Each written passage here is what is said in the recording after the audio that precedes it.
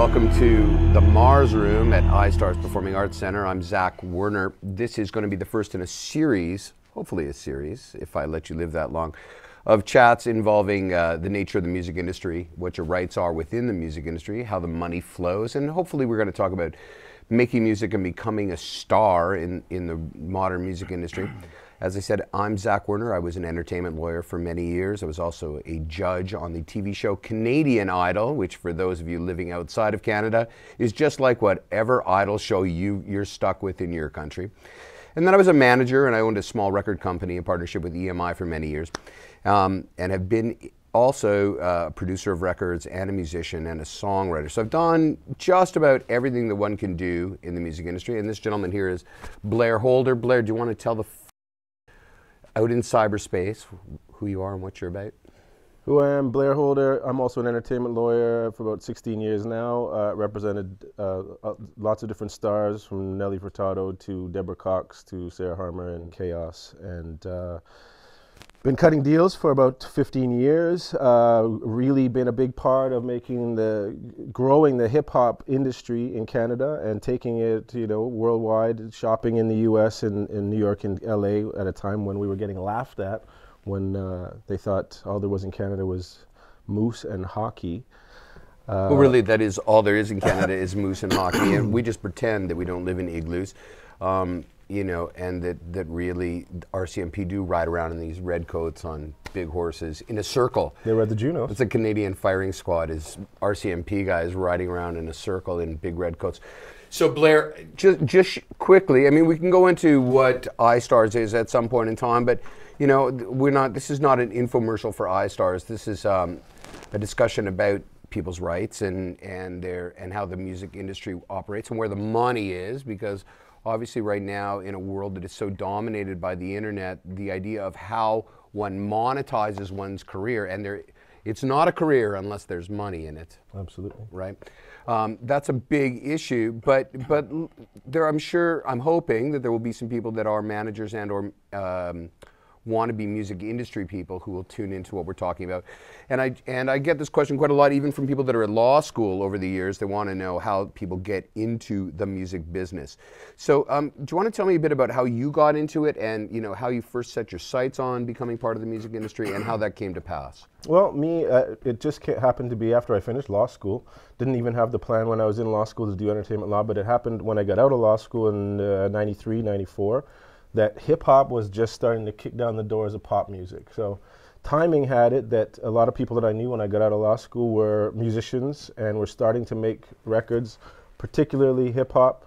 I started managing an artist named Lorianne Gibson, who's now Lady Gaga's choreographer. Now hold on, what qualified you to be a manager? Just some knowledge of music business and a client that needed contracts was the beginning. It's an interesting point. Relationships. It's an interesting point because people over the years go, because I managed, obviously, as you know, for a long time, a number of artists who had major American releases and worldwide releases, and people ask me, how do you become a manager? And I generally say, you find someone foolish enough to let you manage them with whatever lack of knowledge you have at the time. And were I to wake up tomorrow and be managing Aerosmith, for example, even after managing bands for 15 plus years, there's no way that I am personally qualified to run a major arena tour. Right. But one would have hoped, and but for the grace of God, had one of my acts risen to that level, I would have been intelligent enough to team up with people who had the wherewithal and knew their way in and around how to manage at that sort of level. And also that I had worked through that, because it's not like you pick up a weight one day and do one curl and you wake up and you're Arnold Schwarzenegger the next morning. It's a progression. Now, if you're with a Bieber or somebody like that and they explode, my feeling is you'd have to go out and get some really good advice and good help, or already be at a major level when you start. And a lot of those momagers and dadingers out there, and that's a topic I'd love to talk about, who believe they're going to stick with their kid from top to bottom. They get sort of that Peter principle of they rise to the level of their ineptitude. Yeah. So you found this woman, I'm sorry, I blanked on her name, who's now working with Gaga. Lorianne Gibson, who's one of the top choreographers for the last 15 years, choreographed Michael Jackson's They Don't Really Care About Us. and is Gaga's primary choreographer now. She's a Toronto girl that went to Alvin Ailey School, was arriving when Madonna was leaving. Right. And showed up in New York with a suitcase and has had her hustle on since day one. And through a personal relationship that I had here in Toronto, we made the link. She needed representation and was, at that time, Uptown Records had just gotten going. Mary J. Blige had just finished What's the 411. She became Mary's choreographer. She became Heavy D and the Boys choreographer. She had New York presence, but no representation. But aside from name dropping, and for those of you which you're doing a hell of a job of, for those of you who don't know who Alvin Ailey is, it's a major dance company in New York, modern dance with an Afrocentric kind of vibe to it, and it's been in existence for a long, long time, and great community organization, etc. So basically, you were a young entertainment lawyer. You had a friend who was coming out of the dance milieu, and she was going to be a dancer or an artist? Well, dancer at the time. She had to work as a dancer, but she also had a secret agenda to be an artist. So she came to you and said, my friend who I've known for years, you're a young entertainment lawyer, perhaps you can do some of my work and you can become a manager for me. And so when you were managing her, how did you find your knowledge of the business, or lack thereof at the time, obviously? What kind of impediment was that to working with her and building her career? Well, she had, like I said, she already had the hustle. She had the demand. She had just was about to do the Missy Elliott, I Can't Stand the Rain video. So she had already built her name as a phenomenal dancer, choreographer. Incidentally, the movie Honey, starring Jessica Alba, was based on her life story. Man, you're giving me all these specifics. I want generalities. I want generalities. All right. So, like you said at the beginning, I'm going to quote you in one of the early interactions you and I had, which was, "What's a manager?" And you gave this very impassioned speech about manager is the keeper of the dream. Do you remember that? Absolutely. So that really rang my bell. I was the best person who knew the most about business that was around her at the time, and I said yes. She already. You asked me how was I qualified to develop her career? She was the fire starter of her career. I was just managing the rain. Really, I was trying to keep all of it in a bucket as fast. She was developing business faster than she could manage it. So there wasn't.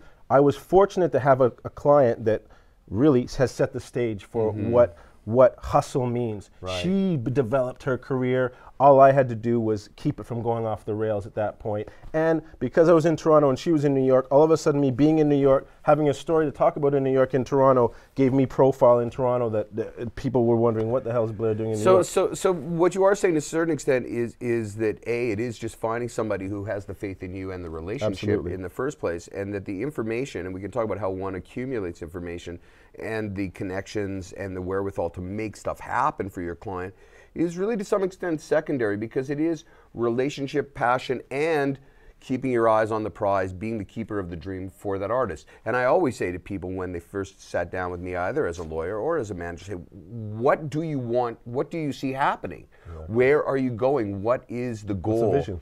And you know, the ability to then help them negotiate and not run into the trees when they're running through the forest. Absolutely. You know, and realizing that there is a path to the other side. And I think that for any of you out there who want to be a manager or a lawyer, that really is the number one thing that you have to ask yourself is, how much do I believe in this individual? How much am I willing to put their interests even above my own personally? Absolutely. How much am I willing to suffer the consequences of my decisions in order to, even the hatred of that individual artist, to keep them moving down the path?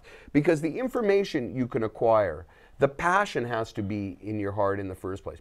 And I had a breakup with an artist who you and I were both involved with, and it was due to a conflict with her parents more than anything else. And when her parents and I were having this fall apart, I said to them, I'll tell you one thing's for sure. Wherever you go, no matter who you find, as passionate as they are, or sorry, as powerful as they are, you will never find anybody who loves your daughter the way I do. Absolutely. And the fact was that while it's not a personal love, I'm not talking I was in love with the child, I was in love with what we were going to do, with the belief that we could move and shake and change and become a voice of significance to the audience that was paying attention to us, to the kids that were going to be in love with the message that we were bringing, to the quality of the work that we were going to do. And you know, from my lips to God's ear, her career is where it is. You know, I'm not saying directly as a result of the lack of passion of the people that followed up, but I gotta tell you, man, you know, people talk about loyalty, and then loyalty is the most fickle word in the world. And most people would say, when you're talking about musicians, that God removed the loyalty chip when he was programming artists. You know, the fact is that when you're looking for a manager, or if you're out there and you want to be a manager or a lawyer, you be honest with your client when you're first starting out, and you say, I know this, I don't know that, but one thing's for sure, I believe in you. Do you believe what I'm saying there? Absolutely. Yeah, you know, what you started the conversation by saying, what qualifies me to be a great manager, or you or anyone, is someone with a fantastically large Rolodex and great friends who will kill for you. What's the next best thing? Someone that doesn't have the big Rolodex and doesn't have the experience is someone that will kill and die for you, that has that amount of passion. But none of it replaces the artist's own drive, charisma, and their own vision for what they have to do. And if you're a young artist and you're looking for a lawyer or a manager, and you have to sort of either choose between the two, or you really don't know which roles which play, when do you think somebody is ready for a manager, and when are they ready for a lawyer? Is there a clear guideline to that? I think the big difference is the long-term relationship. With most lawyer relationships, the good part about that is it's not a term relationship that requires a 1 or 2 or 3 or 5 or 10-year relationship. So it's much less dangerous to get involved with a lawyer that knows what they're doing. If you've got some activity on the table, you need some general advice and guidance, but you're not sure if this individual you want to live and die and sleep and eat and completely around the clock for the next 5 years. Managers, most times, as you know, throw a deal on the table that has a term attached to it, a year, 3 years, 5 years, and you have to make a decision to be with that person for the next half a decade or not. So the safety of the lawyer is, most artists at the beginning can benefit from a good lawyer that's plugged in and really has relationships and can quickly help them make decisions. The good news is they don't have a long-term relationship with the artist, so it's safer. The bad news is at the point when things start to happen and opportunities really start to bubble for that artist, they're going to need more than a lawyer on their team to make decisions. Lawyers primarily guide artists through contractual decisions. Right. Managers, as you know, make decisions from who do you go into the studio with, what producer should it be, help craft the very sound and identity that's going to introduce you to the artist. Most lawyers aren't great at doing that. Right. So a lawyer is sort of skates across the surface of 100 deals. A manager will manage you from 24 hours a day in all of your life, from what you do and how you do it and what shape you're in and how you get to the studio, making sure you do that. Lawyers aren't going to do that for you. So once there's a certain amount of activity and people throwing money at you and opportunities and decisions to make, then a management decision has to be made, and the lawyer can help you make that management decision. So once again, I'm Zack Werner, it's Blair Holder, and we're both it's amazing. Entertaining we're lawyers. We may be entertaining, but we're also stuttering in some peculiar way. We're both entertainment lawyers, and also have worked in a variety of different roles in the music industry, from producing records to running record companies, and also both as managers. And this is iStars, and we're in the Mars room. And I'm going to leave this episode just kind of summing that thought up, because there's so much that we can talk about on this topic. But the simple part about differentiating between when you need a manager and when you need a lawyer is basically the lawyer is pay as you go. If you put some bucks together, it's not that expensive. You go in, you get a consultation, you understand an overview of where your career is, where it could potentially be headed, and how to build that team. And quite often a guy who's in the music industry, who's an entertainment lawyer, has some ears, and he can give you an honest, paid for, because it's paid for, it's gonna be honest, he's got no agenda, overview of where your music is and where it might potentially go. People say you shouldn't listen to what your lawyer says about your music. I got to tell you, having been there, you know, and Clive Davis was a lawyer, one of the great record company guys of all time, and so were a vast majority of other record company presidents. They're good people to go to get an overview on your music and on your career. When you're choosing a manager, it's a long-term relationship. Absolutely. You're getting into bed for a long time. It's a marriage. She's still going to be the same girl you went to bed with last night when you wake up in the morning, and she's not leaving. So you really want to be careful before you make that decision, and really be, number one, in a great relationship with that person. It's Absolutely. not the power, it's the relationship. And that's the difference. The lawyer is pay as you go, find a good guy, pay your money, get your advice, and get out. The manager, find the person who truly has faith in you, the rest of the pieces of the pie we can talk about when we come back next time. Fantastic. Let's do that. iStars out.